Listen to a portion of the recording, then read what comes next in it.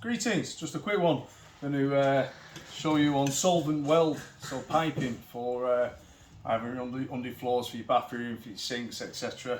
So what we've got solvent weld, which means that it's going to be cemented on with this solvent glue, and we're going to stick it to another junction or a 90 or however it is. So the best way to do it on a quick one is when you get your new pipe there, I use a grinder or something just to chamfer the edge over and make it all round, so I'll do it quickly.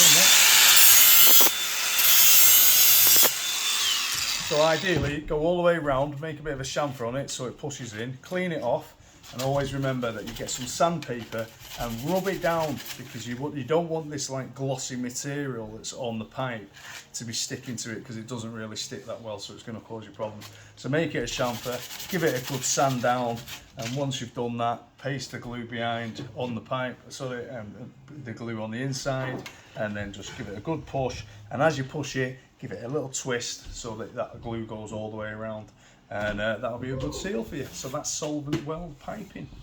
Be seeing you.